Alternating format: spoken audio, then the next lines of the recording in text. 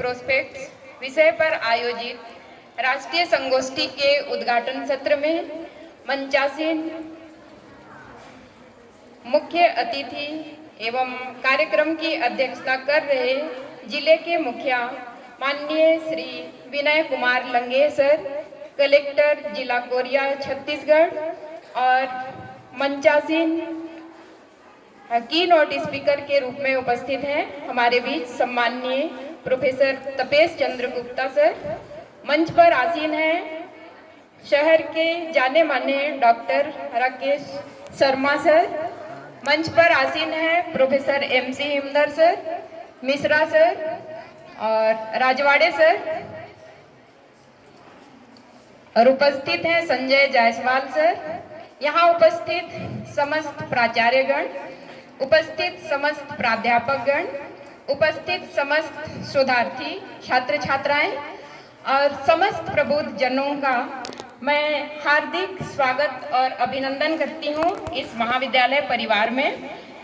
और हम यहाँ पर 2 दिवसीय राष्ट्रीय संगोष्ठी जिसका विषय है NEP 2020 पॉसिबिलिटीज एंड प्रोस्पेक्ट्स विषय पर चिंतन और मंथन के लिए हम उपस्थित हुए हैं। सबसे पहले मैं आयोजकों को बधाई एवं शुभकामनाएं दूंगी और ये कहना चाहूँगी कि आखिर पुरानी शिक्षा नीति में क्या कमियां रह गई थी कि हमको नई शिक्षा नीति लागू करने की आवश्यकता पड़ रही है। कहते हैं कि परिवर्तन प्रकृति का नियम है और इस विषय की जानकारी देने के लिए हमारे बीच विषय विशेषज्ञ भी उपस्थित हैं। हमें बहुत कुछ जानने और सुनने को मिलेगा जिससे कि टीचर्स और छात्राओं के कॉन्सेप्ट क्लियर होंगे। आज पूरे देश में एक हलचल सी मची हुई है कि अलग अलग राज्य इस NEP 2020 को लागू करने की नीतियां बना रहे हैं और कहीं कहीं पर ये लागू हो भी गया है। आज यहाँ पर जो 2 दिवसीय संगोष्ठी होगी उसमें 3 राज्य के लोग एकत्रित होकर विचार मंथन करेंगे, जिसमें उत्तर प्रदेश, मध्य प्रदेश और छत्तीसगढ़ के लोग शामिल होंगे। और हालांकि हमारे पास जो शोध पत्र आए हुए हैं वो वेस्ट बंगाल, मध्य प्रदेश, उत्तर प्रदेश, बिहार, छत्तीसगढ़ राज्यों से आए हुए हैं। इसके प्रचार प्रसार के साथ शिक्षक व छात्र जागरूक होकर इसके तहत कार्य करेंगे। इसके लिए तमाम संगोष्ठियां आयोजित की जा रही हैं पूरे देश भर में। तो नई शिक्षा नीति में पुरानी शिक्षा नीति की खामियों को हटाकर नए पाठ्यक्रम को लागू करने की योजना बनाई गई है और इस बात का खास ख्याल रखा गया है कि पाठ्यक्रम सरल और सहज हो जो विद्यार्थियों की समझ में आ सके और भारत में ऐसी शिक्षा प्रणाली हो जिससे विद्यार्थियों का सर्वांगीण विकास हो सके।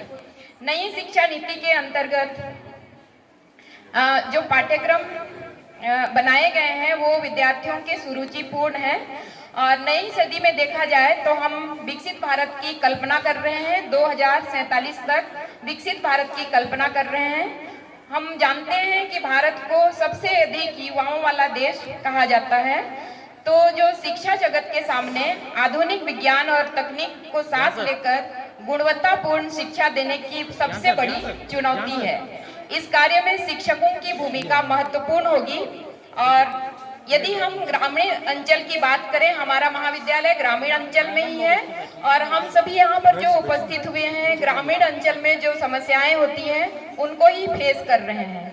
तो जो अभी कोविड के बाद हम देखते हैं कि विद्यार्थियों में एक तो सोचने समझने की क्षमता थोड़ी कम दिखाई देती है और उनमें जो पढ़ाई का रुझान है वो भी कम दिखाई दे रहा है। तो इस माहौल में हम कैसे गुणवत्तापूर्ण शिक्षा दें और शिक्षकों के लिए एक चुनौती है कि कैसे उनको गुणवत्तापूर्ण शिक्षा दी जाए, नैतिक मूल्यों के साथ ज्ञानवर्धक शिक्षा एवं उनका सर्वांगीण विकास कैसे किया जाए ताकि वे विकसित भारत के पटल पर अपनी एक कीर्तिमान स्थापित कर सकें।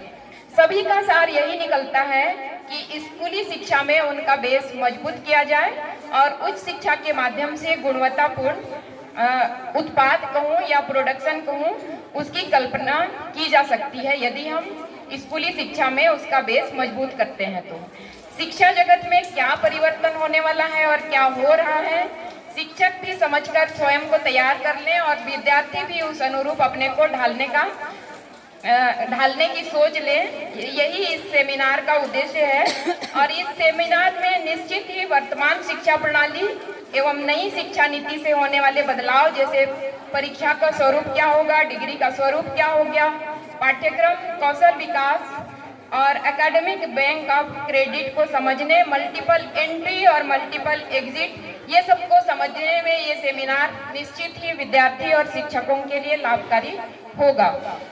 जिस उद्देश्य को लेकर ये सेमिनार आयोजित किया गया है उसके लिए मेरी ढेर सारी शुभकामनाएं। पुनः आप सभी का, मैं सभी प्रबुद्धजनों का इस महाविद्यालय परिवार में हार्दिक स्वागत और अभिनंदन करती हूँ। धन्यवाद। Thank you. की आवश्यकता उसको लगता ही नहीं, किताब विताब की क्या जरूरत है भाई, मेरे को तो खेल खेल में जो चीज हो जाए अच्छा है। तो ये सब चीजों का इनका समावेश उस शिक्षा नीति में किया गया है। फिर हमारा बच्चे का मन है साइंस पढ़ने का, पिताजी ने कर दिया जाओ आर्ट्स चले जाओ, तो वो एक बार एक डायरेक्शन हो गया, उसके बाद में कोई चेंज नहीं था, कोई ऑप्शन ही नहीं रहता था। वो नई शिक्षा नीति में वो ऑप्शन रखा है कि आप साइंस में हैं, आपका इंटरेस्ट साइंस में नहीं है, आप आर्ट्स को अडॉप्ट कर लो। आर्ट्स में भी मन नहीं लग रहा, एक सब्जेक्ट कॉमर्स का ले लो।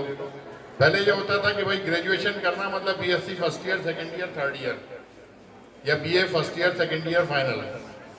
अब ऐसा नहीं होगा। ये जो सारी चीजें हैं ये आपको आगामी 2 दिन के अंदर विस्तृत रूप से अनेक वक्ता लोग, विद्वान लोग बताएंगे। और इस सब के जानने की भी जरूरत है भाई, हम लोग क्या बढ़ते हुए परिवेश के साथ हैं और इन सब चीज़ों के साथ आगे बढ़ रहे हैं। समाज के साथ हमें आगे बढ़ना है, उन सब के लिए इन सब चीज़ों की आवश्यकता है। आप लोग इसका आनंद लें, ज्ञानवर्धन करें। बहुत बहुत धन्यवाद। Thank you everyone. मैं कोई वक्तव्य नहीं दूंगा। आप लोग आज यहाँ पे उपस्थित हुए हैं, एक जिज्ञासा है, नई शिक्षा नीति क्या है। कोई भी शिक्षा नीति बने, कोई भी वातावरण निर्मित हो, उसका एक उद्देश्य होता है और उद्देश्य हमेशा आदर्श को लेकर होता है। अच्छे नागरिक बने, बच्चे अच्छे पढ़ें, बच्चे अच्छे रोजगार के लिए जाएं, माता पिता उसे संतुष्ट रहें, एक अच्छे राष्ट्र का निर्माण हो, एक संकल्पित जीवन का निर्माण हो। इन चीजों को लेकर हमको कार्य करना है। अब आप सभी यहाँ पे हैं, कितने लोग चाहते हो कि हम अच्छे से पढ़ के पास हो? हाथ उठाइए। अच्छा, अब हाथ नीचे कर दो, नीचे कर दो। कितने लोगों ने अपने सब्जेक्ट की पुस्तकें खरीदी है? हाथ उठाओ। पुस्तकें बोल रहा हूं, सीरीज नहीं। कितने लोगों ने पुस्तक खरीदा है? बस हाथ नीचे हो गए। आपको यही चीजें हम सिखाना चाहते हैं कि शिक्षा के प्रति आप समर्पित होकर कार्य करिए। शॉर्टकट का मेथड छोड़ दीजिए, विशिष्टीकरण करके देखिए। आप लोगों को यह भी मालूम हुआ होगा कि आपके क्षेत्र में एक रजवाड़ा की कलाकृति करने वाला कलाकार राष्ट्रीय स्तर पर सम्मानित हुआ। आप छोटे के कस्बे का रहने वाला व्यक्ति, आपने ये भी देखा कि तीजन बाई अपने एक लोकगीत को गाते गाते पद्मश्री पद्म विभूषण ले गए। आपकी तरह छोटे से गांव से पीटी उषा दौड़ना शुरू की और ओलंपिक और विश्व स्तर पर अपना फतह हासिल की।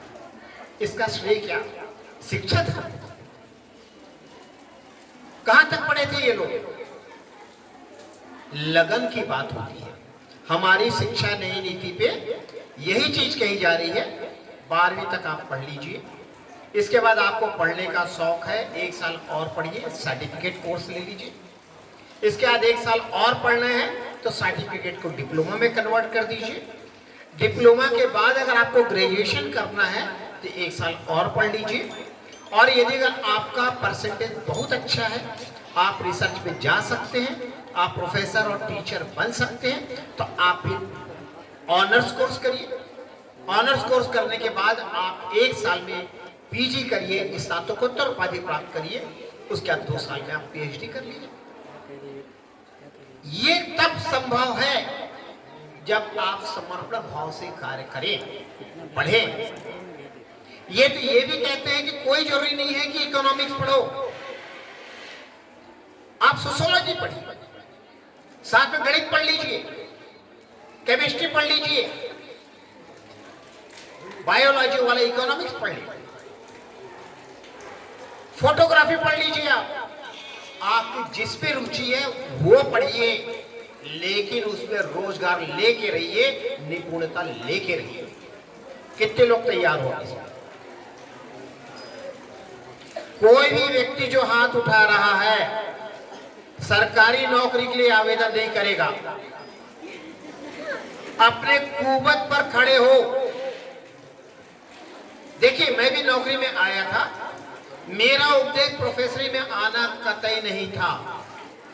मैं सीए करने के लिए गया था, सीए कर रहा था, आवेदन आया, मैंने आवेदन कर दिया, पर मैंने ये जॉब ज्वाइन किया और इसके वेतनमान अगर मुझे अच्छे लगे तो मैंने सीए को पूरा भूला और पूरा शिक्षा में ढल गया।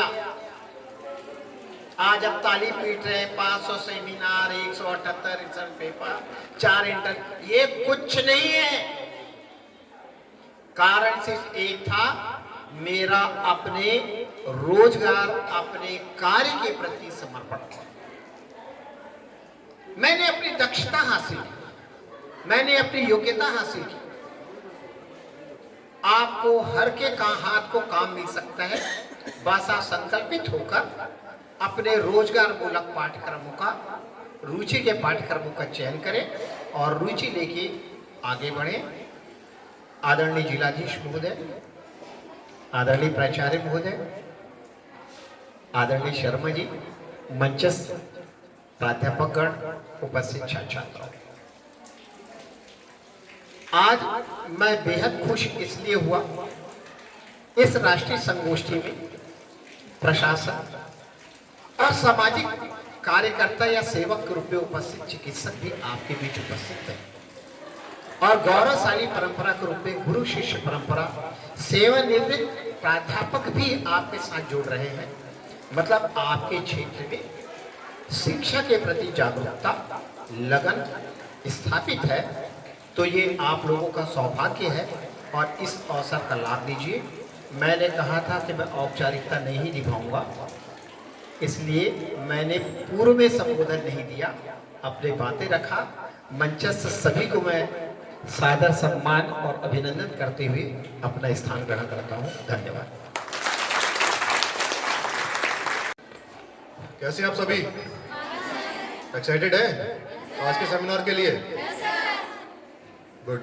सर्वप्रथम आज के सेमिनार जो वर्कशॉप है इसमें उपस्थित मंच पर हमारे आदरणीय सभी अतिथिगण, आदरणीय डॉक्टर साहब, राकेश शर्मा साहब, आदरणीय तपेश कुमार चंद्र जी और साथ तपेश कुमार गुप्ता जी, मंच पर उपस्थित हमारे साथी जो कि निर्वाचन में हमारा बहुत ही अच्छा योगदान देते हैं, इंदर जी, साथ ही विभिन्न महाविद्यालयों से आए हमारे स्पीकर्स, स्कॉलर्स, मंच पर उपस्थित जयसवाल जी बैठे हुए एक्सट्रीम लेफ्ट में, आपको सादर नमस्कार। साथ में आदरणीय मैडम। सबसे इम्पोर्टेंट आज के इस सेमिनार के जो पार्टिसिपेंट्स हैं, आज का जो कार्यक्रम है ये बेसिकली नेशनल एजुकेशन पॉलिसी जो 2020 है उसके ऊपर निर्धारित है। बहुत सारे स्पीकर्स यहाँ पे उपस्थित हैं जो कि आने वाले समय में जब लंच के बाद कार्यक्रम होगा तो डिटेल में आप यहाँ पे डिस्कशन करेंगे कि इसके सेलेंट फीचर्स क्या है। परंतु एक जो सबसे इम्पोर्टेंट फीचर है जिसके बारे में मैं यहाँ पे थोड़ा सा प्रकाश डालना चाहता हूँ, वह एक्सेसिबिलिटी। एक्सेसिबिलिटी से तात्पर्य क्या होता है कि हर एक बच्चा, उसको राइट है एलिमेंट्री एजुकेशन का।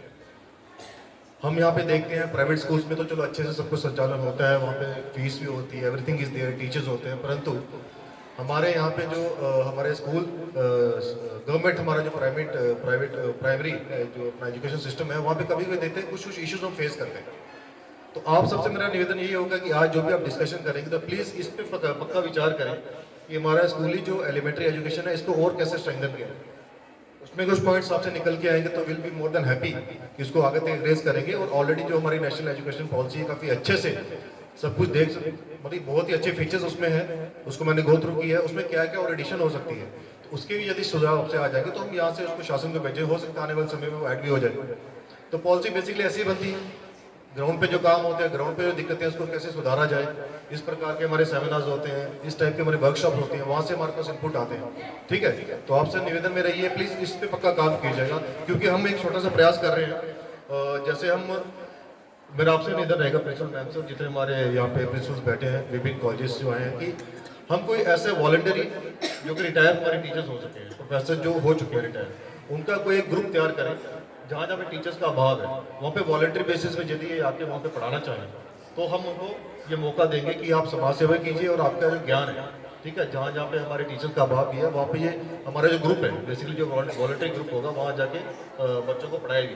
ठीक है, तो हम भी प्रयास कर रहे हैं, ऐसे हम ग्रुप एक तैयार कर रहे हैं जो कि रिटायर हमारे हो चुके हैं, चाहे वो प्राइवेट सेक्टर के हैं चाहे अपने गवर्नमेंट सेक्टर के हैं।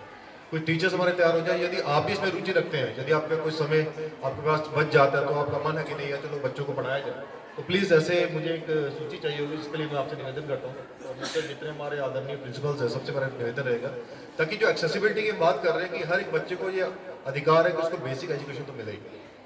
ठीक है, चलो कई बार क्या होता है कि हमारे बच्चे प्राइवेट स्कूल में पढ़ते हैं, या फिर मेरा बच्चा तो भाई छोटा ही है, बट बहुत सारे हमारे पेरेंट्स जो होते हैं वो चाहते नहीं प्राइवेट में हम अपने बच्चों को पढ़ाएं। ऐसी मानसिकता क्यों है? क्यों? कहीं ना कहीं उनको लगता है नहीं गवर्नमेंट स्कूल में भेजने से उस प्रकार की एजुकेशन नहीं मिल पाएगी। ऐसा नहीं है, सरकारी स्कूल भी बहुत अच्छे, मैं खुद सरकारी स्कूल से पढ़ा हूँ, और जो भी हम आगे बढ़ रहे हैं, देखो कमी पेशी तो होती रहती है, परंतु हमेशा सुधार का जो होता है वो ऑप्शन हमेशा रहता ही है। तो ये सब चीज़ों पे आप फोकस कीजिए, थोड़ी ब्रेनस्टॉर्मिंग कीजिए कैसे करना है। और आपसे कोई पता ही होगा कि आगे वाले जो बच्चे हमारे ग्रेजुएट हो जाते हैं उनके लिए हमने यहाँ पे निःशुल्क एक कोचिंग भी स्टार्ट की है समर्थ करके, जिसमें बेसिकली पीएससी व्यापक की, क्योंकि बेसिकली जो भी आप पढ़ते हो जब तक आगे जाके उसके माध्यम से अर्न नहीं करोगे, कुछ इनकम नहीं आएगी, तो फिर जैसे भी प्रोफेसर बता रहे थे, तो फिर आधार, क्योंकि आने वाले समय में कॉम्पिटिशन बहुत ज़्यादा है।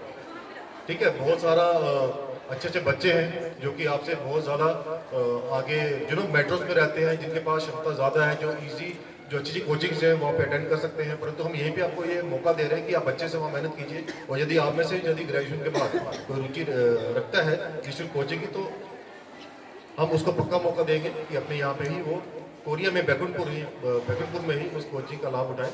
और आने वाले समय में अधिक से अधिक बच्चे हमारे यहाँ से भी पीएससी में, डिप्टी कलेक्टर, चाहे व्यापक में वो निकले, क्वालिफाई करें, इससे हमें भी खुशी होगी और कोरिया का नाम भी रोशन होगा।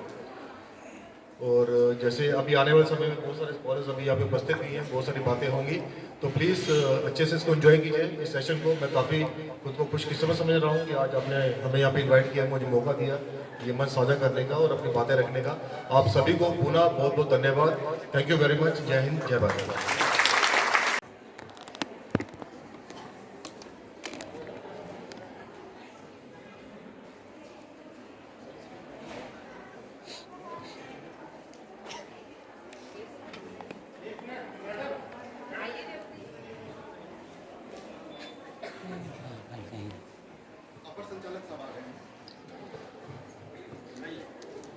हमारे बीच हमारे अपर संचालक महोदय उच्च शिक्षा विभाग प्रोफेसर सम्माननीय रिजवान उल्ला सर का आगमन हो चुका है। उनका जोरदार तालियों के साथ स्वागत करें।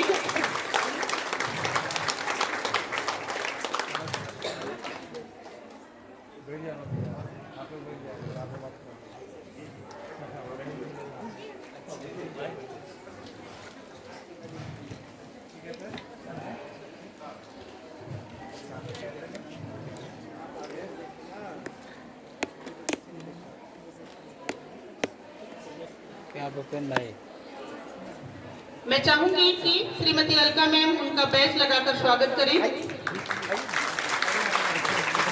आदरणीय प्राचार्य मैम को आमंत्रित करूंगी कि उन्हें बुके देकर उनका सम्मान करें।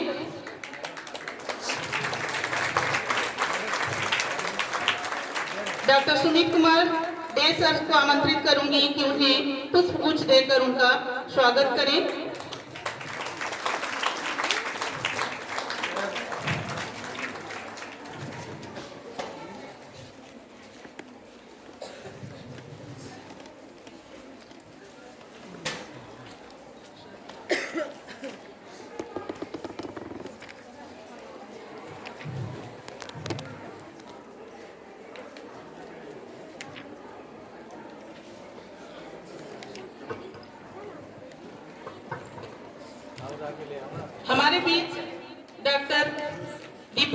सिंह सर भी उपस्थित हैं। मैं उन्हें भी यहाँ मंच पर आमंत्रित करती हूँ।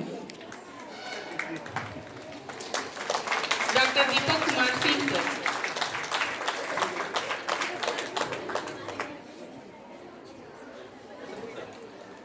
मैं श्रीमती अलका मैम से अनुरोध करूंगी कि उनका बैच लगाकर उनका सम्मान करें।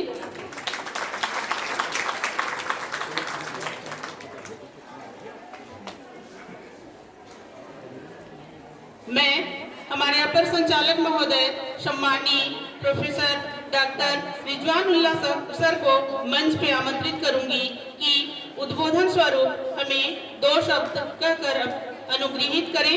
आदरणीय प्रोफेसर डॉक्टर रिजवानुल्लाह सर।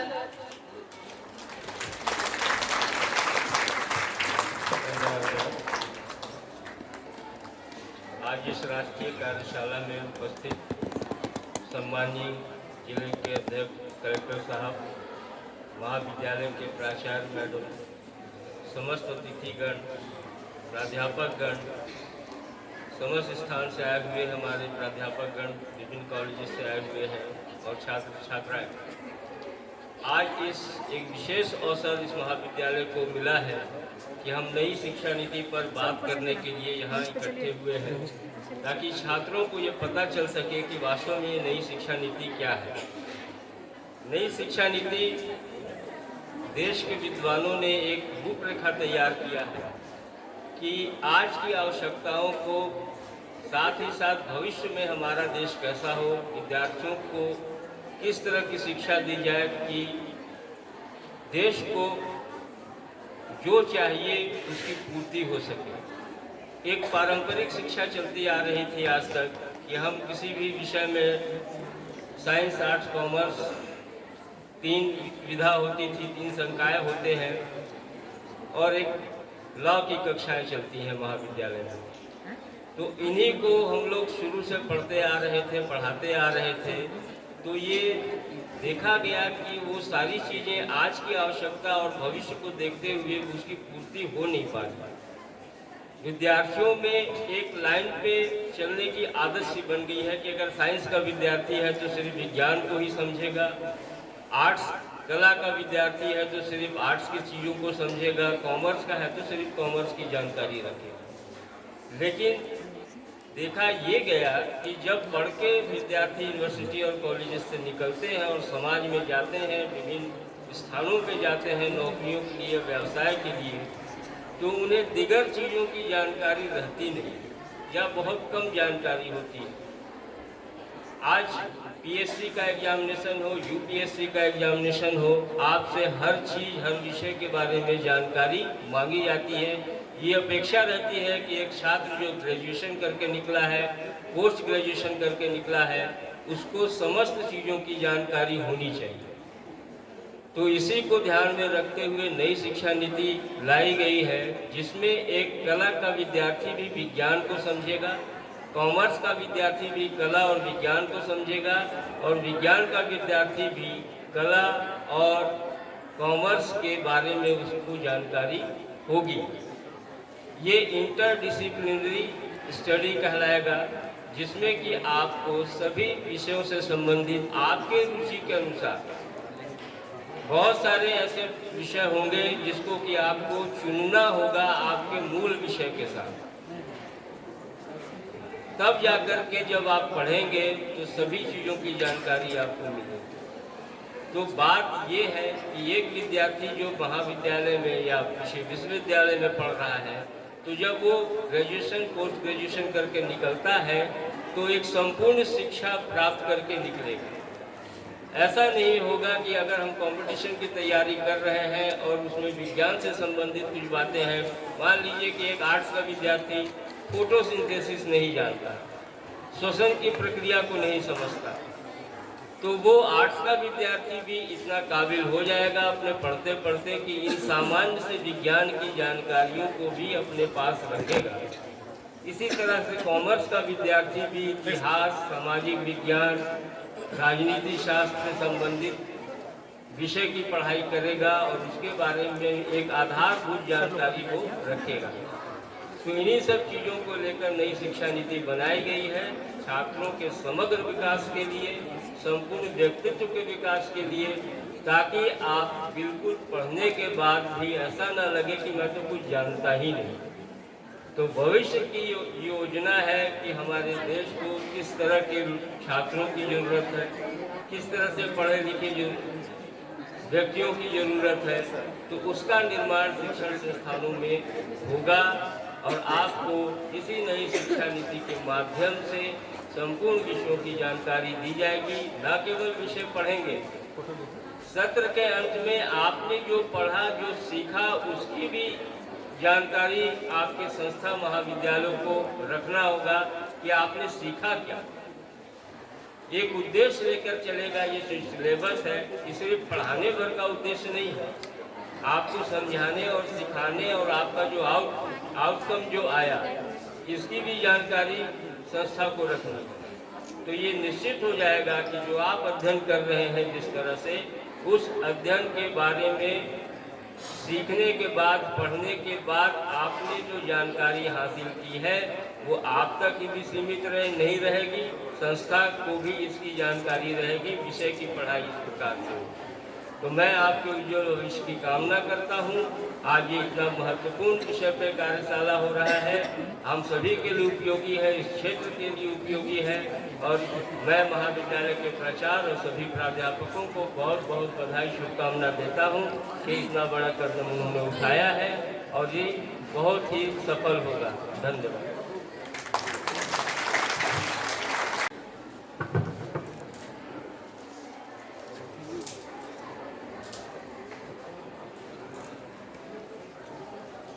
आज के इस महत्वपूर्ण सेमिनार में पधारे हुए हमारे कलेक्टर कोरिया, महाविद्यालय की प्राचार्य, अपर संचालक क्षेत्रीय उच्च शिक्षा संचालनालय डॉक्टर रिजवानुल्लाह सर और उपस्थित यहाँ पर समस्त कॉलेज का स्टाफ और हमारी प्रिय छात्रा, ये इस सेमिनार में जिस विषय का चयन किया गया है वो एनईपी से संबंधित है और एनईपी आप अच्छी तरीके से समझ सकते हैं कि नेशनल एजुकेशन पॉलिसी है और नेशनल एजुकेशन पॉलिसी में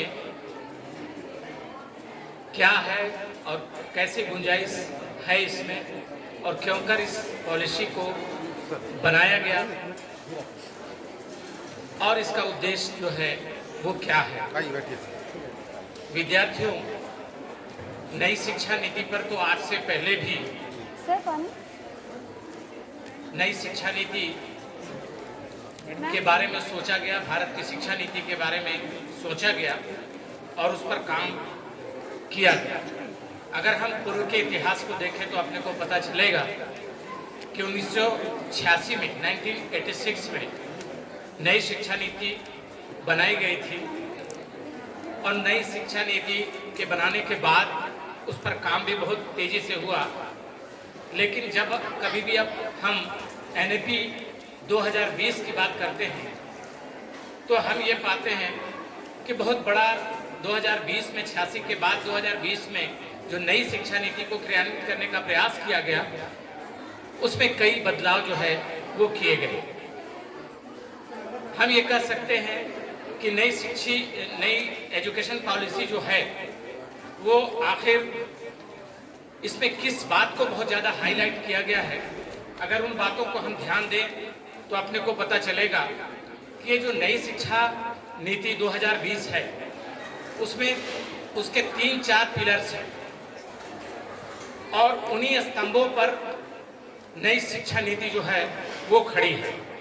पहली बात तो यह है कि नई शिक्षा नीति 2020 में जो बात की गई है उसमें पहुंच की बात की गई है।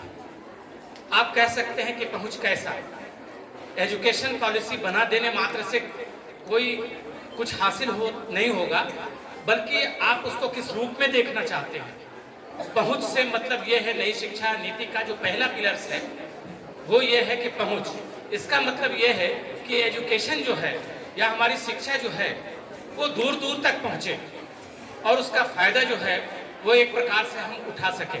तो नई एजुकेशन पॉलिसी जो 2020 में बनाई गई, उस नई एजुकेशन पॉलिसी के जो पिलर्स हैं, उस पिलर्स में सबसे पहली बात जो की गई वो पहुंच की। पहुंच से मतलब ये है कि उस शिक्षा का दूर दूर तक प्रचार और प्रसार होना चाहिए और अंतिम व्यक्ति तक वो शिक्षा जो है वो पहुंचनी चाहिए। तो इसी बात को सामने रखते हुए हम ये देखते हैं कि नई शिक्षा नीति पर काम करने की आवश्यकता जो है वो महसूस की गई। नई एजुकेशन पॉलिसी में जो दूसरा मोटो निर्धारित किया गया था वो था समानता, इक्वलिटी की बात की गई थी।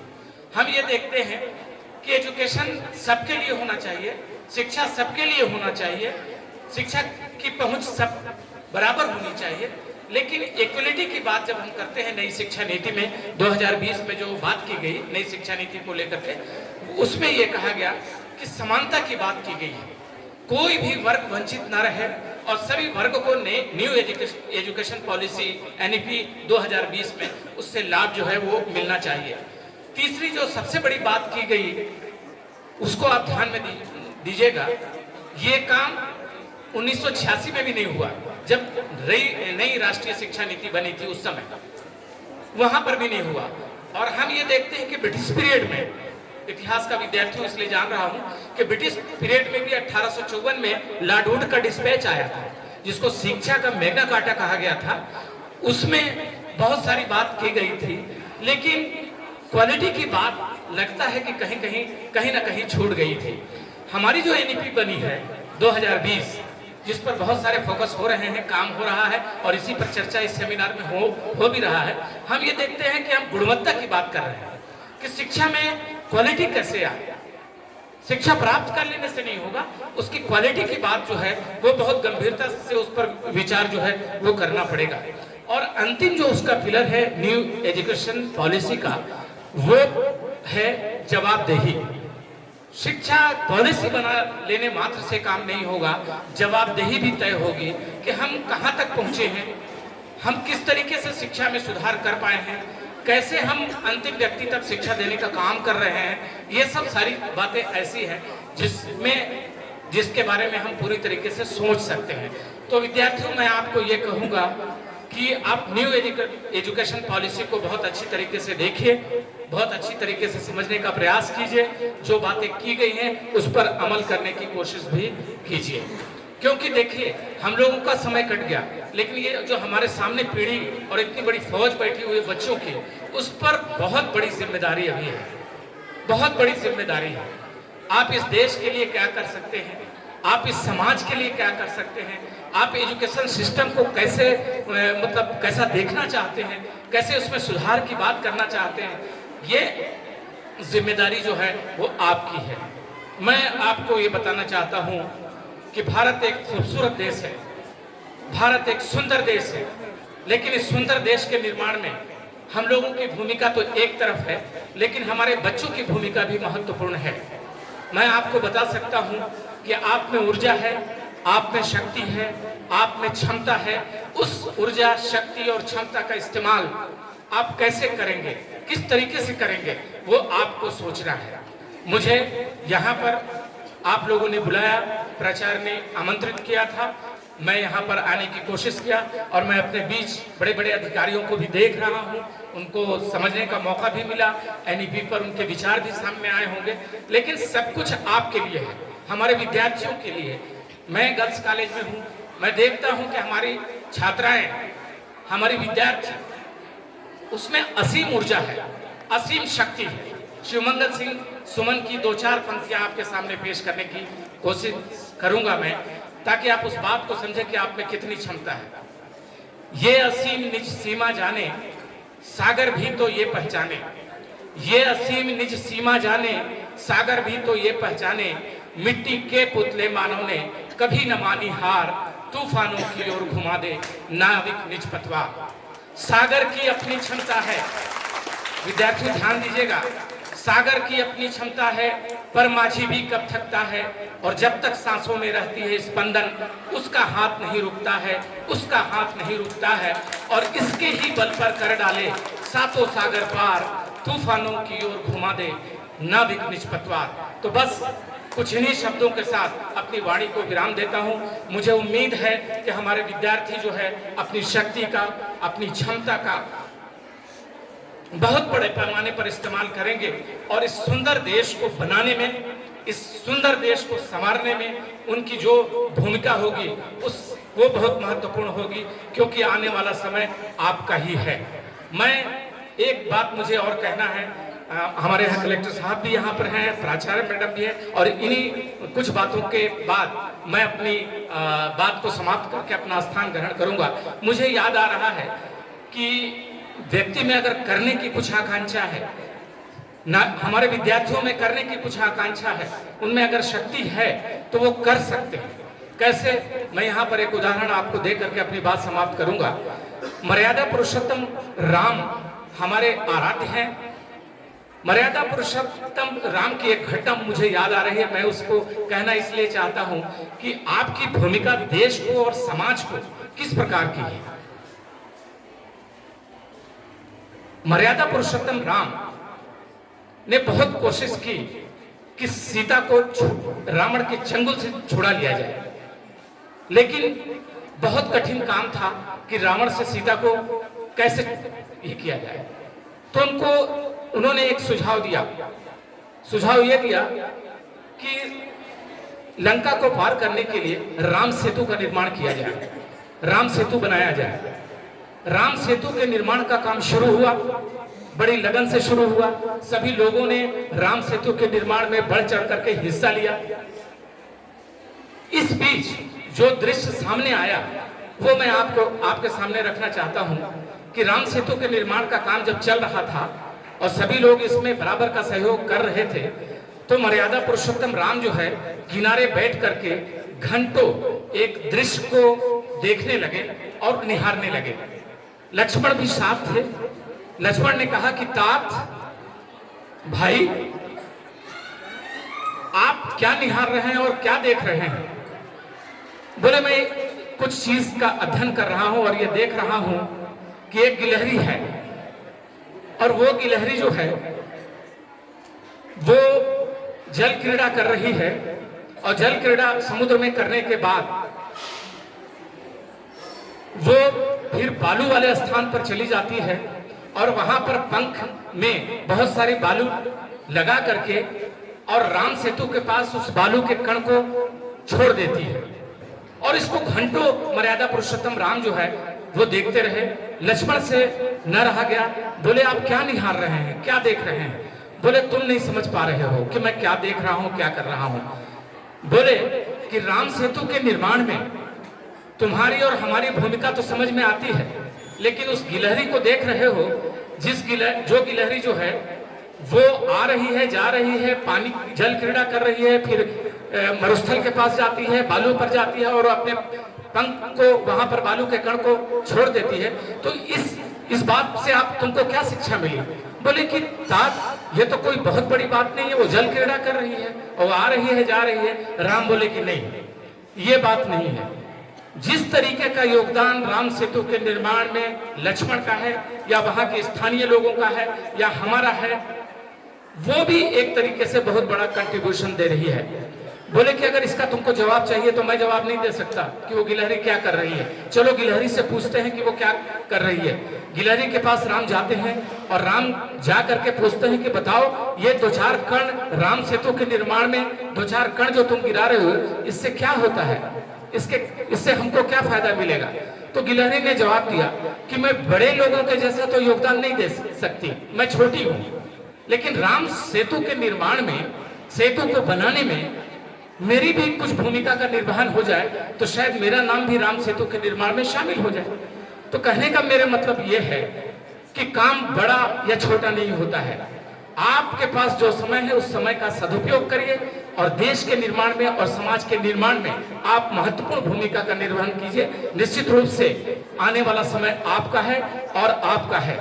तो मैं बस इन्हीं चंद शब्दों के साथ अपनी बात को समाप्त करूंगा।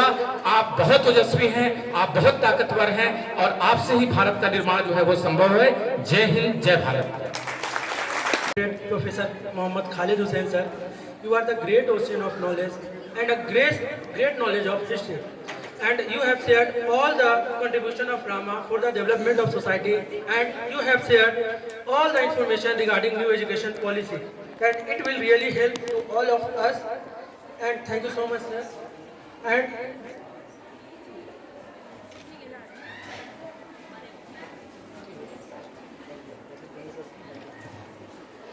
kit and memento, I would call Principal Ma'am and Kanaklata Ma'am and Sumit Dey sir to distribute kits and memento to our honorable guest.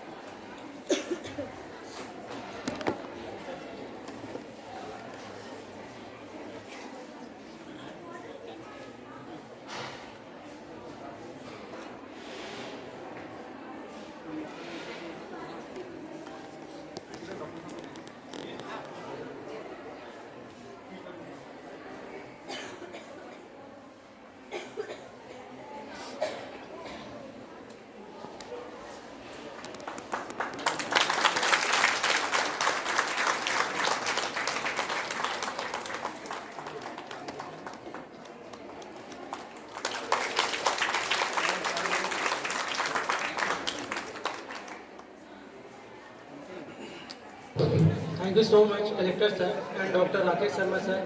You have come, you have given the precious time to this seminar.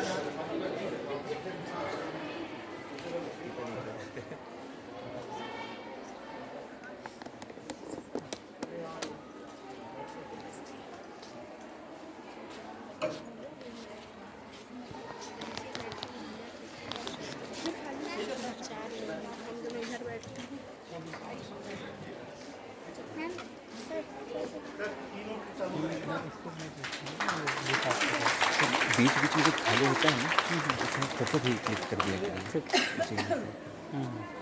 आप लोग अपने स्थान पे बैठ जाइए, सभी विद्यार्थी अपने स्थान पे बैठ जाइए। अब समय है sir, please.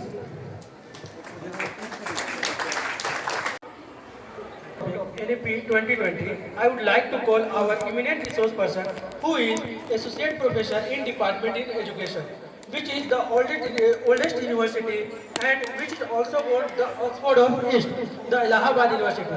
And he has done PhD from Banaras Hindu University in Education, and he has also published 42 research papers, which is also a great achievement. And he is also member of expert committee of dictionary creation by Commission of Scientific and Technical Terminology. Respected Professor Dr. Patanjali Mishra sir, please come on the stage and share your valuable knowledge about this topic. Please come. Thank you, sir. Thank you. मेरे लिए ये बेहद प्रसन्नता का अवसर है कि मैं आप लोगों के बीच एक ऐसे विषय पर आयोजित सेमिनार के लिए आया हूँ जो अपने आप में बेहद ज़रूरी और बहुत आवश्यक विषय है। बहुत बेहतर ढंग से इसको मैं देख रहा हूँ कि सोवेनियर के फॉर्म में और बहुत सारे विश्वविद्यालयों से प्राप्त एब्स्ट्रैक्ट को इसमें संकलित किया गया है। मैं मूलतः उत्तर प्रदेश के इलाहाबाद नामक जगह से आप लोगों के बीच आया हूँ। लगभग यहाँ से 450 किलोमीटर दूर सुबह 4 बजे उठ करके और 1 बजे यहाँ मैं पहुँच पाया। और पूरे रास्ते मैं सोच रहा था कि आपका कॉलेज कैसा होगा। छत्तीसगढ़ के एक बिल्कुल एक ऐसे क्षेत्र में स्थित कॉलेज जहाँ की कनेक्टिविटी बहुत जगहों से न ट्रेन से सीधे जुड़ती है, न जहाज से सीधे जुड़ती है, न अन्य किसी साधनों से जुड़ती है। वहाँ शिक्षा की अलग कैसे जग रही है, पढ़ने लिखने का माहौल कैसा है, ये क्यूरियोसिटी, ये जिज्ञासा मेरे मन में बहुत ज़बरदस्त थी, बहुत तीव्र थी। यात्रा करके पूरा करके जब मैं आपके कॉलेज में आया तो मैं बहुत प्रसन्न हुआ आपके कॉलेज को देखकर। छोटा सा और बेहद सुंदर कॉलेज, और न केवल इस कॉलेज को देखकर बल्कि आप लोगों को देखकर, यहाँ के विद्यार्थियों को देखकर और यहाँ के टीचर्स को देखकर मन में बड़ा प्रसन्नता का भाव उठा। राष्ट्रीय शिक्षा नीति एक इस तरह की नीति 2020 में अस्तित्व में आई है जो कि 1986 के बाद लगभग 34 वर्षों के बाद एक नई अलग या एक नई विशेषताओं के साथ हम लोगों के बीच उपस्थित है, जिस पर विस्तार से हम लोग टेक्निकल सेशन में बातचीत करेंगे। अभी आप लोगों ने मुझे अपने बीच आमंत्रित किया कि आप लोगों से संवाद स्थापित हो सके, आप लोगों से मैं जुड़ सकूं। इसके लिए आप लोगों को बहुत बहुत आभार और आप लोगों का बहुत बहुत धन्यवाद। Thank you.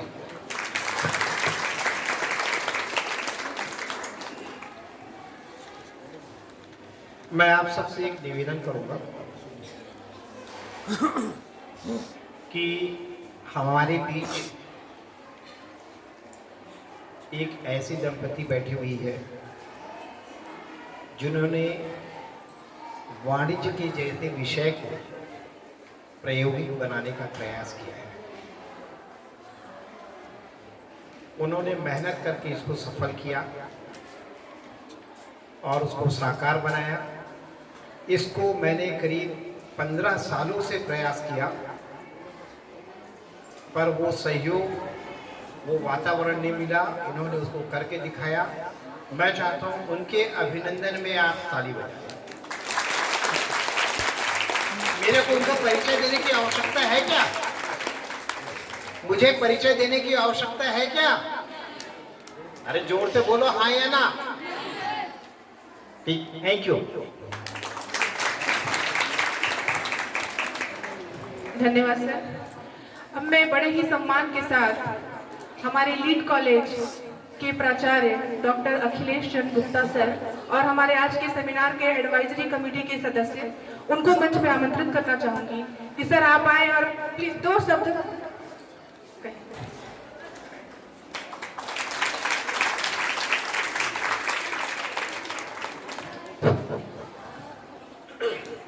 आज के इस कार्यक्रम में उपस्थित मंच पर आसीन सम्माननीय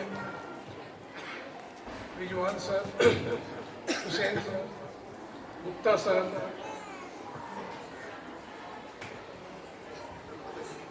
मिश्रा सर, मैं सबसे पहले तो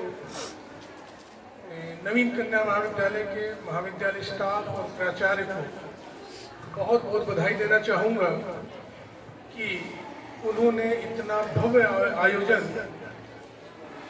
इस महाविद्यालय में किया है। मैं ये जो सेमिनार आयोजित किया गया है नई शिक्षा नीति के संबंध में, ये हमारे प्राध्यापकों के लिए बहुत ही उपयोगी होगा।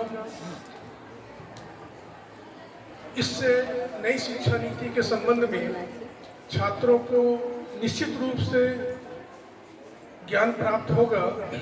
लेकिन अभी गुप्ता जी उपस्थित हैं हमारे बीच में, तपेश चंद जी, मैं थोड़ा सा हट के बात कर रहा हूँ कि जैसे शुरू में हमको मिला कि कॉमर्स में 25 नंबर का क्या कहते हैं आपका इंटरनल होगा, इसके संबंध में कोई दिशा निर्देश जारी नहीं हो पाया। तो रोज पहले विश्वविद्यालय का पत्र आया जब हम लोगों ने मीटिंग में ये मुद्दा उठाया कि कॉमर्स के बच्चों के लिए नए पैटर्न पे क्वेश्चन पेपर आएंगे कि पुराने पैटर्न पर आएंगे। तो अभी 2 दिन हमने साल भर तैयारी हमने करी, लेकिन अभी विश्वविद्यालय का पत्र आया कि आपको पुराने पैटर्न से ही परीक्षा देनी है। तो चूंकि ये उस जगह पर बैठे हैं रायपुर पे, तो इस मंच से मैं इनको कहना चाहूँगा कि थोड़ा सा प्रयास करें आप और इन व्यवस्थाओं को अच्छा सुधारने का प्रयास करें, कष्ट करें, तो बहुत ही अच्छा होगा।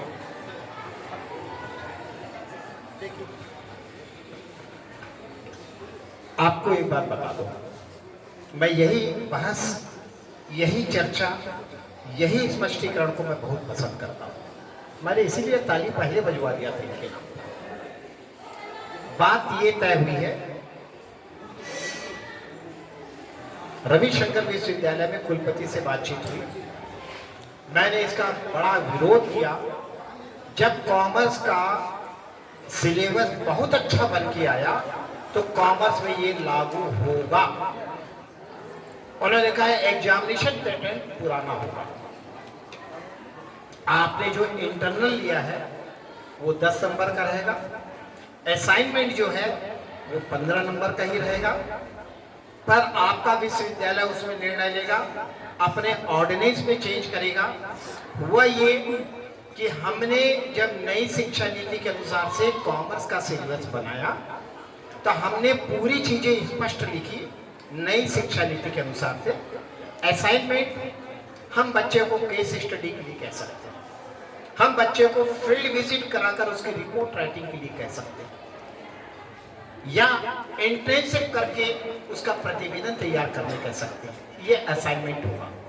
और इंटरनल टेस्ट जो होंगे उसके 10 मार्क्स रहेंगे, और ये तीनों पे अलग अलग पास होने का प्रावधान था।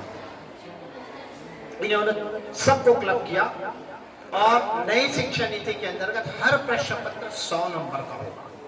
अब ये पुराने पैटर्न में बोले हैं तो हर एक के पास 75 नंबर की पेपर सेटिंग आ रही है, और वो 25 नंबर अभी भी कांस्टेंट है।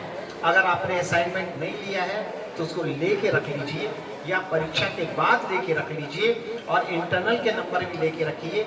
हो सकता है कि ऑर्डिनेंस में अमेंडमेंट हो जाए तो वो मंगे तो आपको उसका लाभ प्राप्त हो। ये विवाद इसलिए पैदा हुआ क्योंकि साइंस वालों ने और आर्ट्स वालों ने इस चीज को बाइफरकेट करके नहीं दिया, क्योंकि ये विश्वविद्यालय के अधिकार क्षेत्र का मामला है। हमने कहा नई शिक्षा नीति में हम जब पढ़ा रहे हैं तो अंकों का वितरण हम करेंगे, विश्वविद्यालय के हाथ में नहीं देंगे, क्योंकि ये केंद्रीय अध्ययन समिति है और इसमें जो निर्णय होगा वो अंतिम होगा। तो कॉमर्स का अकेले का अप्रूव हुआ, बाकी का नहीं हो पाया, उसमें विवाद रहा, उसके कारण ये पूरे मामले अटके। तो और कोई ऐसा प्रश्न हो तो आप पूछ लीजिए, मेरे संज्ञान में जितनी चीजें होगी पारदर्शिता के सामने रखूंगा, कोई भी बच्चा भ्रम में नहीं रहेगा। धन्यवाद गुप्ता जी, और कोई प्रश्न हो तो आप पूछ सकते हैं। बहुत बहुत धन्यवाद क्लियर किया इसको। मैं ज़्यादा समय नहीं लूँगा, बस पुनः आप सभी को, महाविद्यालय परिवार को बहुत बहुत बधाई इस आयोजन के लिए, और हमारे महाविद्यालय के प्राध्यापकों को आमंत्रित करने के लिए धन्यवाद। बहुत बहुत धन्यवाद सर। प्राचार्य मैम से निवेदन करूंगी कि हमारे बीच उपस्थित डॉक्टर अखिलेश कुमार गुप्ता सर, प्राचार्य रामानुज प्रताप श्रीदेव पीजी कॉलेज बैकुंठपुर को किट एवं स्मृति चिन्ह देकर सम्मानित करें।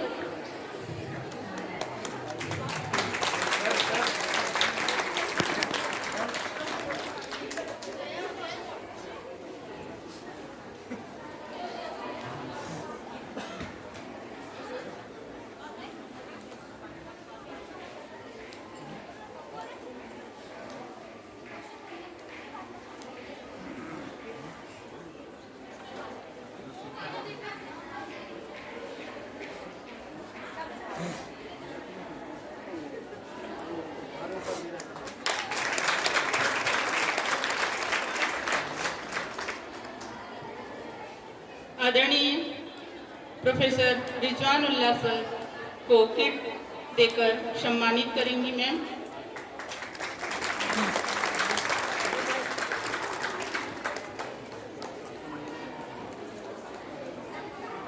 आदरणीय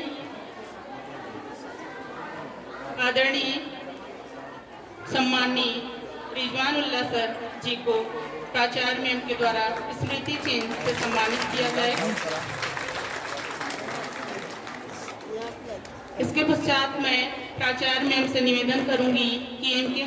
हुसैन सर को किट एवं स्मृति चिन्ह देकर सम्मानित करें।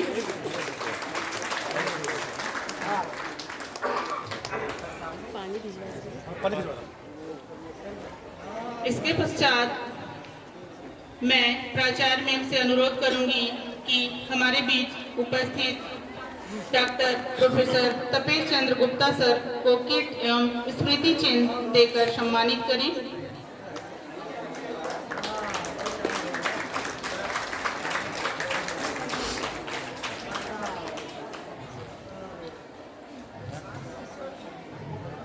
आज के कार्यक्रम का हमारा पहला सेशन समाप्त होने को जा रहा है। मैं आगे के कार्यक्रम की जानकारी के लिए हमारे महाविद्यालय के professor doctor Sumit Kumar day sir को आमंत्रित करूंगी कि वे आप सभी को आगे की जानकारी प्रदान करें। आदरणीय सुमित कुमार डे सर। धन्यवाद आदरणीय कनकलता पेत्रा मैडम। हमारा 2 दिवसीय राष्ट्रीय सेमिनार जिसका उद्घाटन समारोह अब समाप्ति की ओर है और मैं डिटेल में एक बार फिर से बताना चाहूँगा। हम लोगों ने जब इस कार्यक्रम को करने के बारे में सोचा तो हम लोगों ने सोचा कि मार्गदर्शन किससे लिया जाए, तो एक एडवाइजरी कमेटी बनी और आज उस एडवाइजरी कमेटी के सम्मानीय सदस्यगण हमारे बीच उपस्थित हैं। परम आदरणीय अखिलेश चंद्र गुप्ता सर, परम आदरणीय हमारे खालिद हुसैन सर और बाहर से आए हुए प्रोफेसर तपेश चंद्र गुप्ता जी जो कीनोट स्पीकर भी हैं, हमारे मार्गदर्शक भी हैं। और सबसे पहले बहुत दूर रह करके 450 किलोमीटर दूर रह करके जिन्होंने हमारा ऑनलाइन बहुत सहयोग किया, आदरणीय डॉक्टर पतंजलि मिश्रा जी, सभी का मैं आज के कार्यक्रम में एक बार पुनः स्वागत अभिनंदन करता हूं और आभार भी व्यक्त करता हूं। अभी हमारा ये जो सेशन था, ये उद्घाटन समारोह था, एक सामान्य जानकारी कीनोट के रूप में और विभिन्न आमंत्रित वक्ताओं ने जो हमको जानकारी दिया इस नई राष्ट्रीय शिक्षा नीति के बारे में, उसके बारे में हमें पता चला। यहाँ आगंतुक विभिन्न महाविद्यालयों के सहायक प्राध्यापकगण, विभिन्न विद्यालयों से पधारे हुए शिक्षकगण और रिसर्च स्कॉलर, छात्र छात्राएं, आप सभी को मेरा धन्यवाद इस उद्घाटन समारोह को सफल बनाने के लिए। और मैं सभी से अब आग्रह करूंगा कि अब लंच का समय हो चुका है। आदरणीय आप सभी लंच के लिए कृपया प्रस्थान करेंगे, हम सभी जाएंगे और लंच के तुरंत बाद जो है टेक्निकल सेशन शुरू होगा और टेक्निकल सेशन में हम लोग हमारे हमारे resource person, eminent resource person आदरणीय डॉक्टर पतंजलि मिश्रा जी को सुनेंगे और उसके बाद फिर सारे जो रिसर्च स्कॉलर और आप सारे लोग जो यहाँ पे अपना पेपर प्रेजेंट करेंगे जिसकी लिस्टिंग हो चुकी है, बाहर लगाई जा चुकी है और टेक्निकल सेशन के बाद हम उसको डिक्लेयर भी करेंगे, तो एक एक करके आप सभी भी अपने पेपर पढ़ेंगे। तो मैं एक बार पुनः आप सभी को धन्यवाद देता हूँ। धन्यवाद। मंचासीन सभी अतिथियों का बैच लगाकर स्वागत के लिए आदरणीय श्रीमती अलका मैम को आमंत्रित करती हूँ कि वे सभी अतिथियों का बैच लगाकर सम्मान करें। आदरणीय अलका मैम।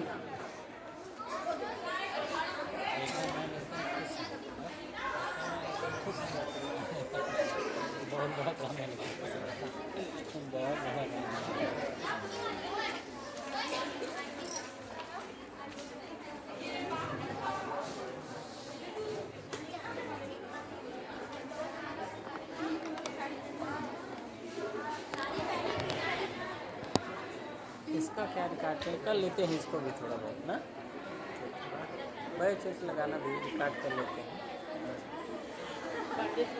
कैसे अलका मैम बैच लगा दी, ये भी देखने का है कितना एक्सपर्ट है।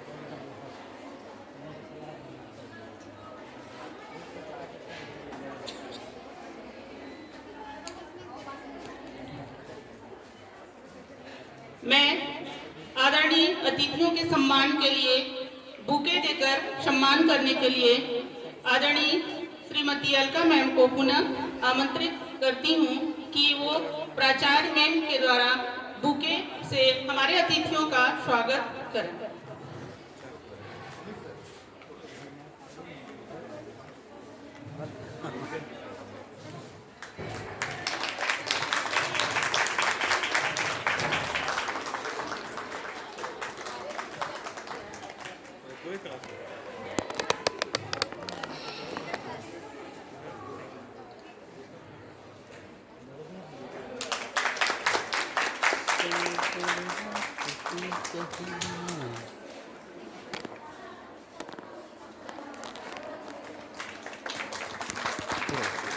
जूम के हाँ?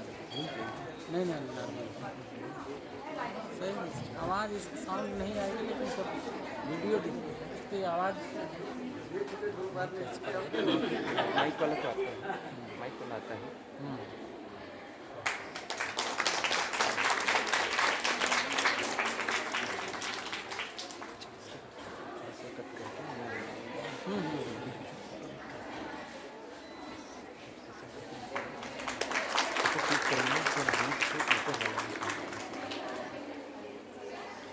धन्यवाद मैम।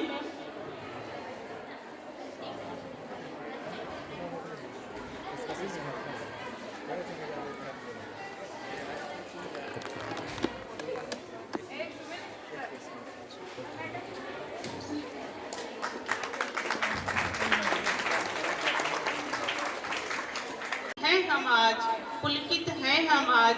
हम पुनः सभी अतिथियों का हृदय से स्वागत करते हैं, अभिनंदन करते हैं, वंदन करते हैं।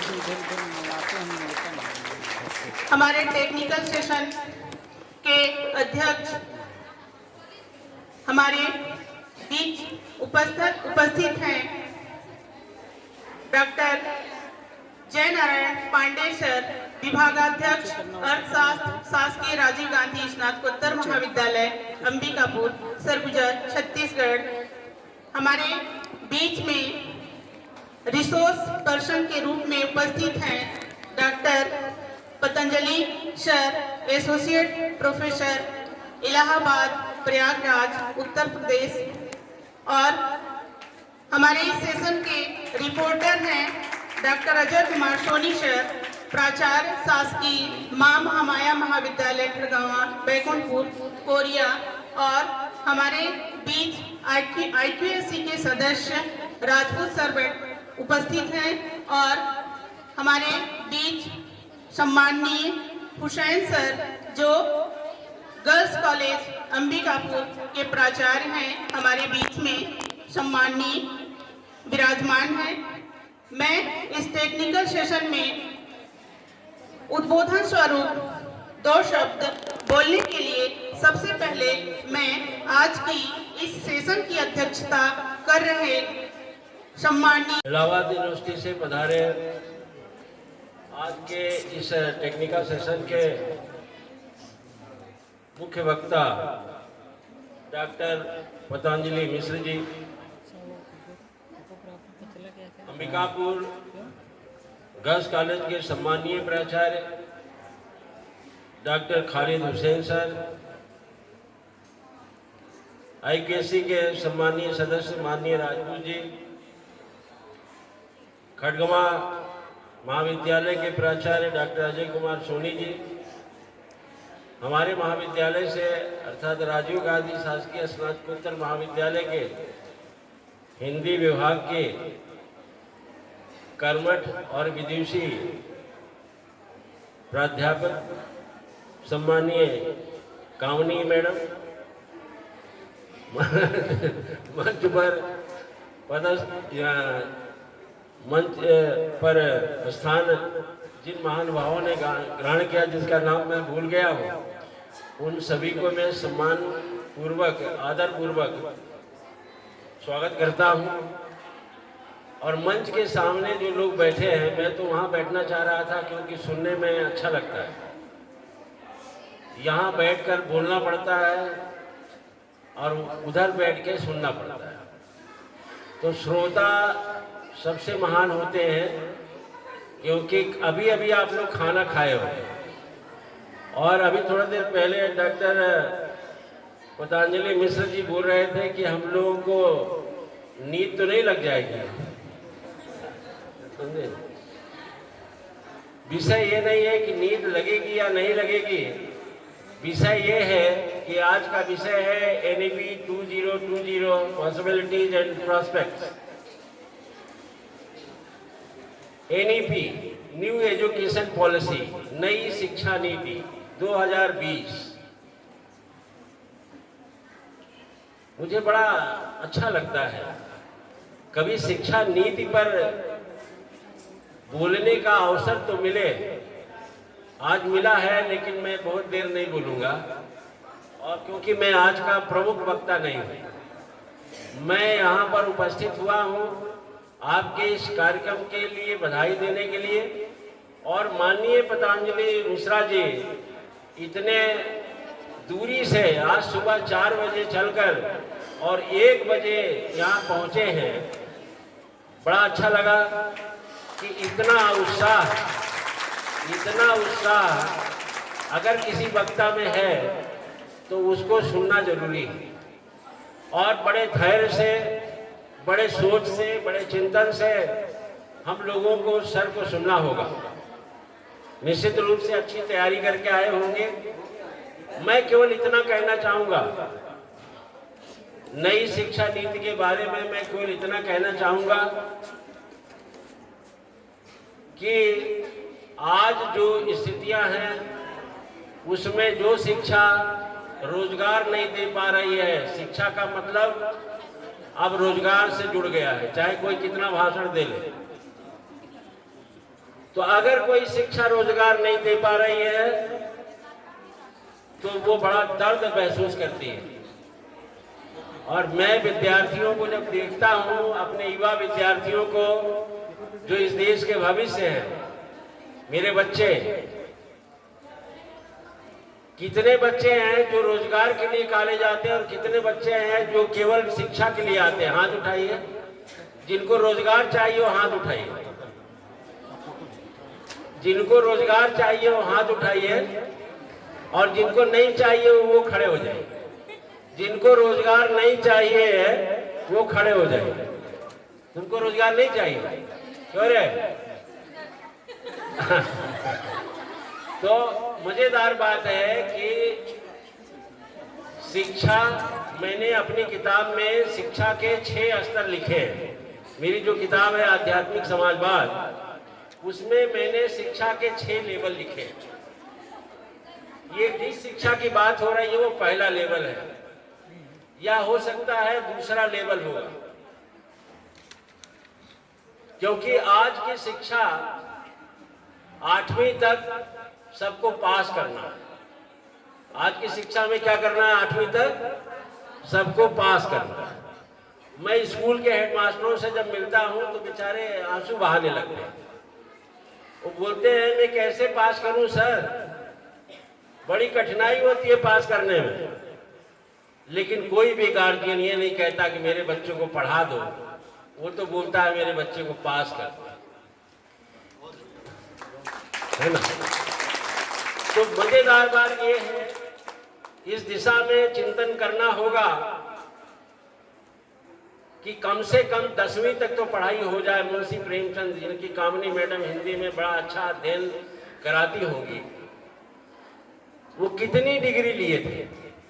कामनी मैडम ज्यादा अच्छे से बता पाएंगे। मेरे ख्याल से वो पीजी तो नहीं किए रहे होंगे। हमारे हेडमास्टर, जब हम लोग पढ़ाई करते थे तो हमारे हेडमास्टर 8वीं पास होते थे। कितना? 8वीं पास हेडमास्टर। और जब हमको पकड़ के ठुकाई करते थे, जब ठुकाई करते थे तो हमारी दादी बोलती थी कोई गलती किए होगे बेटा तब ठुकाई हुई है। और आज स्थिति ये है कि आप किसी को डांट के तो देख लो, अभी यहाँ यूनियन निकल आएगा और झंडा फहरने लगेगा कई प्रकार का, और गुरुजी जेल में चले जाएंगे। आनंद ही आनंद, कितना बढ़िया आनंद है। तो शिक्षा का ये पहला स्तर है। दूसरा स्तर ज्ञान का है। ज्ञान कहाँ होता है? जब आप पीजी में आते तब ज्ञान की बात होती है। दुर्भाग्य हुआ है कि हमारे पीजी में ही शिक्षा, लोगों से पूछो what is difference between education and knowledge, they don't know. उनको पता ही नहीं है कि शिक्षा और ज्ञान में अंतर क्या है। वो ये सोचते हैं कि शिक्षा भी वही है और ज्ञान भी वही है। उसके बाद तीसरा लेवल विज्ञान का है, साइंस का है। Systematic knowledge is called science. यदि कोई विषय क्रमबद्ध ज्ञान नहीं दे पा रहा है तो वह विषय ही नहीं है। चाहे वो हिंदी हो, चाहे वो अर्थशास्त्र हो, चाहे वो समाजशास्त्र हो, चाहे वो इतिहास हो, चाहे वो राजनीति हो, चाहे फिजिक्स हो। साइंस का मतलब केवल आपका फिजिक्स, केमिस्ट्री, मैथ नहीं होता है। तो सवाल यह है कि तीसरा स्टेप विज्ञान का है, साइंस का है, और चौथा स्टेप रिसर्च का है, शोध का है। रिसर्च का मतलब ये नहीं है कि पुरानी एक तो किताब उठा लो और उसमें पीएचडी कर डालो, डिलीट कर डालो। That is not research. Research का मतलब कि आपने कुछ नया सोचा क्या, और उस नया सोचने के बाद कुछ नवाचार किया। पांचवा स्टेप नवाचार है, इनोवेशन। कुछ नई चीजें दिया समाज को कि नहीं दिया, और अगर नहीं दिया तो आप 3 लाख रुपए लेके प्रोफेसर क्यों बन गए फोकट में?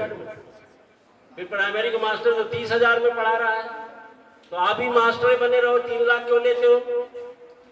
तो नवाचार करने की आवश्यकता है। आपका नाम पूरी दुनिया में चलना चाहिए, इतिहास में आपका नाम लिखा जाना चाहिए। यदि आप उस लायक नहीं हो तो मैं नहीं समझता कि कॉलेज में आचार्य बनने लायक हो।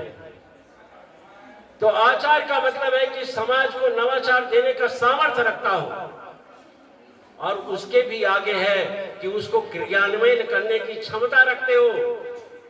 कुल गुरु, राजगुरु बनने के सामर्थ्य रखते हो, वशिष्ठ बनने का सामर्थ्य रखते हो, सत्ता को धरातल तक पहुंचाने का सामर्थ्य रखते हो, आचार्य चाणक्य के रूप में व्यवस्था को परिवर्तन करने का सामर्थ्य रखते हो। अगर नहीं रखते हो तो आप आचार्य नहीं हो। तो शिक्षा के इन 6 स्टेप में जब तक परिवर्तन नहीं होगा तब तक हम पढ़ाते रहें, सुनते रहेंगे और सुनाते रहेंगे। बहुत सारे अभी बातें सर बताएंगे। मेरे पास अभी वो एक्सपर्ट का मुद्दा नहीं है, सर एक्सपर्ट के रूप में खड़े हैं, वो बहुत सारी बातें बताएंगे। लेकिन मुझे एक बात समझ में आती है कि अगर हम व्यवस्था में गुरु गृह गए पढ़न रघुराई, एक छोटा सा उदाहरण मैं आपको बता रहा हूं।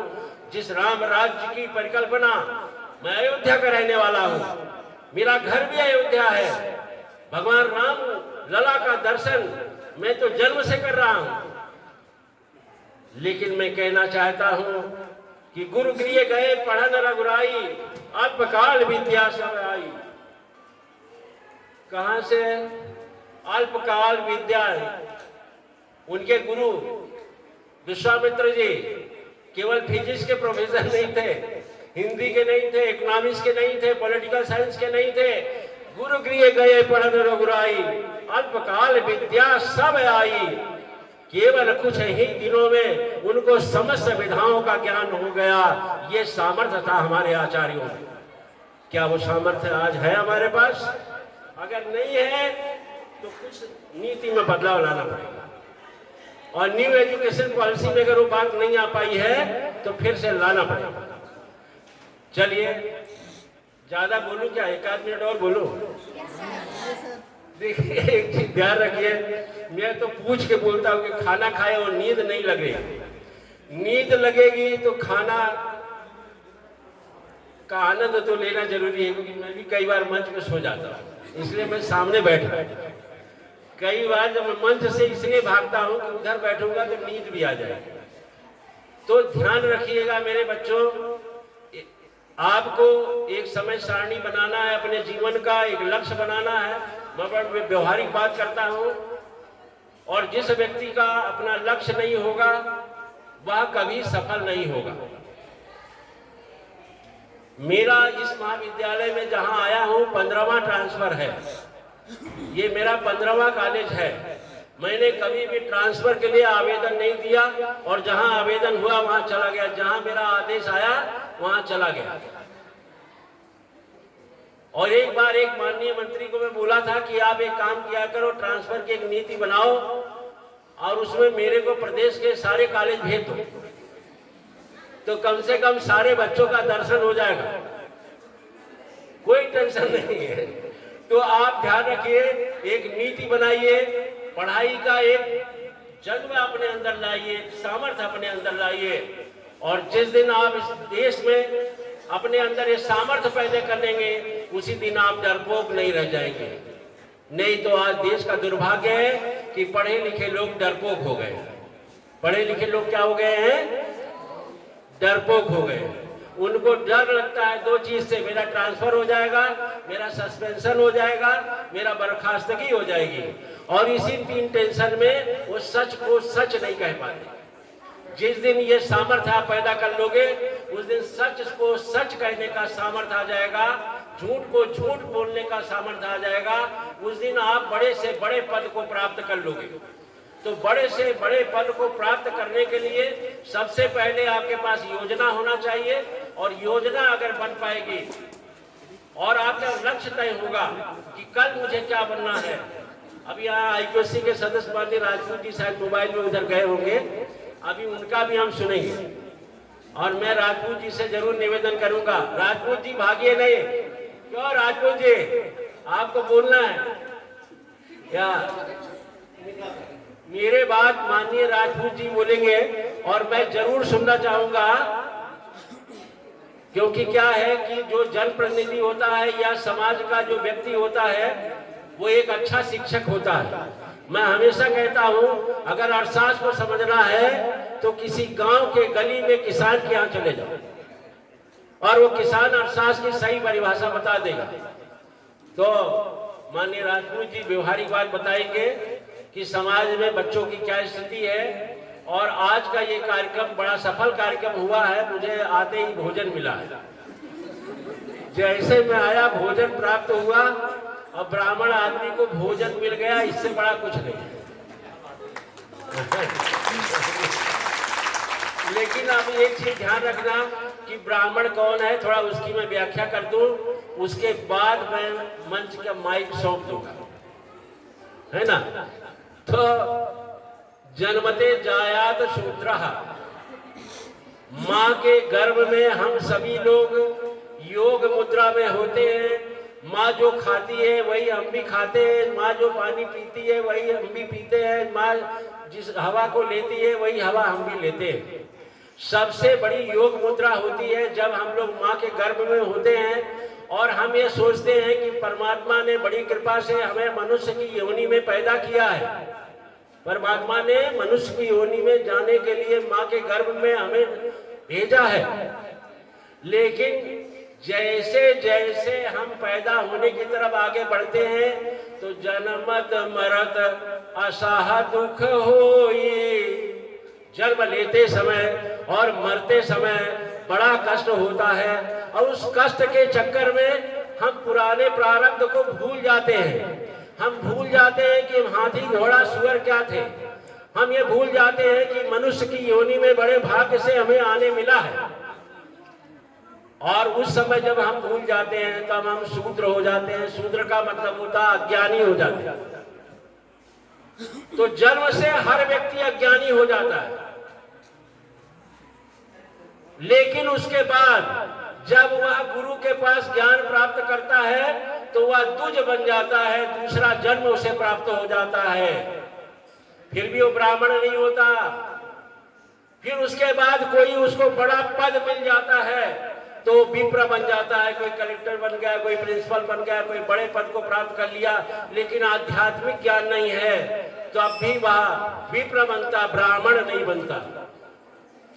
फिर उसके बाद और आगे बढ़ता है, उसको ब्रह्म का ज्ञान प्राप्त हो जाता है। उसे ये ज्ञान प्राप्त हो जाता है कि मेरे को रचना करने वाला, सृष्टि को बनाने वाला कौन है, तब वह ब्राह्मण बनता है। और उससे भी ऊपर जब जाता है, मनन चिंतन करता है, मुनि और ऋषि के रूप में तपस्या करता है, रिसर्च करता है ऋषि के रूप में, तब वह जाके आचार्य बनता है। और हम सभी लोग आचार्य हैं, जितने मंच में बैठे अधिकांश लोग आचार्य हैं। और जब आचार्य अपने शिष्य के प्रति ईमानदारी से काम करता है तब जाके वो गुरु बनता है। जब वो परब्रह्म को प्राप्त कर लेता है, जब वो स्वार्थ से रहित हो जाता है। मानव रूप में हम स्वार्थ में रहते हैं, लेकिन आचार रूप में जिस दिन हम स्वार्थ रहित हो जाते हैं और ब्रह्म की जगह पर ब्रह्म को प्राप्त कर लेते हैं, तब हम गुरु बनते हैं। गुरु कोई छोटा शब्द नहीं है, लेकिन लोगों ने सबको एक ही मान लिया है। शिक्षा से लेकर आचार्य और गुरु को एक ही मान लिया है, यही भ्रम उत्पन्न हो रहा है। इसलिए हमें एक आध्यात्मिक भौतिकवाद की तरफ बढ़ना पड़ेगा। और आज मैंने आपका बहुत समय ले लिया। मैं मंच के सभी लोगों को धन्यवाद करता हूं कि आप सबने बड़ी ईमानदारी से सुना, और मैं सामने बैठे हुए लोगों को पूरा भरपूर आनंद लेते हुए, सुख दुख से परे आनंदमय होने के लिए आप सभी लोगों को धन्यवाद करता हूं।